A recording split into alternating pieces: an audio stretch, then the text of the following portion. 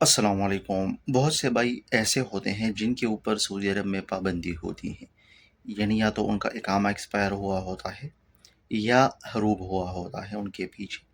तो फिर वो जाने की कोशिश करते हैं, लेकिन फिर इस जल्दी में होते हैं कि क्या हम दोबारा सऊदी अरब जो है कितना टाइम बाद जा सकते हैं, यानी जल्द जा सकते हैं या थोड़ा टाइम बाद जा सकते हैं। अक्सर आपको एजेंट हजरात धोखा दे देते हैं, आपको बताते हैं कि पैसा देकर मैं आपको 1 महीने या 2 महीने बाद सऊदी अरब पहुंचा दूंगा। यहाँ पर आपको समझने वाली बात है कि आपको क्या करना चाहिए जब आपके ऊपर पाबंदी होती है, किस तरह आप जा सकते हैं, कितने टाइम बाद फिर आप दोबारा आ सकते हैं। डिटेल्स में इस हवाले से बात करेंगे।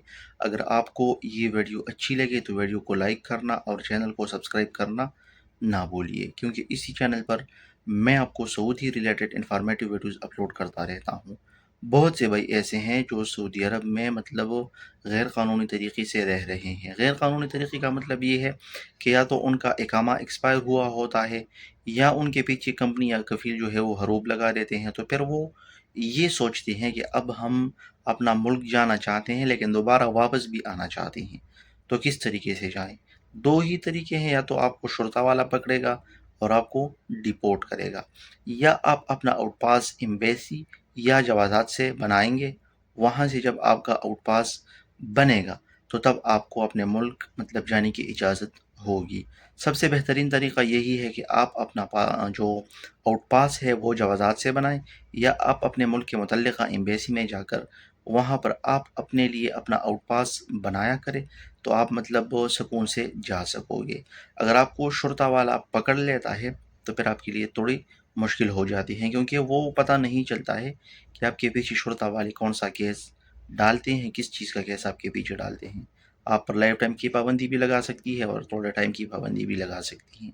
अब आते हैं अपने उस बात की तरफ कि आपको कितने टाइम बाद फिर आना होता है। देखिए दोस्तों, अगर आप अपना आउटपास खुद से बनाते हैं तो फिर तकरीबन आप 3 साल बाद अपने लिए नया वीज़ा प्रोसेस कर सकती हैं। इंशाल्लाह आपको एंट्री मिलेगी। बहुत से भाइयों को एंट्री मिलती है बशर्ते कि आप आउटपास से गए हों, एम्बेसी के थ्रू या जवाजात के थ्रू। इसके अलावा अगर आपको शुरता वाला पकड़ कर डिपोर्ट कर देता है तो फिर आप जो है मतलब 5 साल के लिए नहीं आ सकती हैं। अमूमन आपके ऊपर 5 साल की पाबंदी होती है। ये जो एजेंट हजरात आपको बताते हैं कि हमको मतलब अगर वैसा 10,000 रियाल का हो तो वो आपसे 22,000 रियाल मांगते हैं, 20,000 रियाल मांगते हैं कि हम आपको मतलब एयरपोर्ट पर निकालेंगे। ये बिल्कुल गलत बात है। और वो आपका तरहील पेपर देख कर आपको बताते हैं क्या ये बंदा अब जा सकता है या नहीं। वो आपसे सवालात करते होंगे। जो भाई यहाँ पर आ चुके हैं और मेरा वीडियो देख रहे हैं तो उनको पता होगा, वो आपसे पाबंदी के बारे में पूछते हैं, तरीक़ाकार के बारे में पूछते हैं कि आप कौन से तरीक़े से आए हुए हैं। तो उसको देख कर फिर वो आपको मतलब चांस के थ्रू बेचते हैं, क्योंकि पाबंदी तो आपकी ऑलरेडी खुद ब खुद ख़त्म हुई होती हैं, लेकिन आपसे ज़्यादा पैसा लेने के लिए वो ये बोलते हैं। तो काइंडली आप अपना एनालिसिस खुद किया करें। अगर आपका 3 साल पूरे हुए हों तो आप नॉर्मल वीज़ा प्रोसेस करके आ सकते हैं। बिल्कुल मतलब जो परेशानी की बात है वो नहीं है, आपको एंट्री ज़रूर मिलेगी। होप आपको ये वीडियो अच्छी लगी होगी। अगर आपको ये वीडियो अच्छी लगी है तो अपने दोस्तों के साथ भी शेयर कीजिए।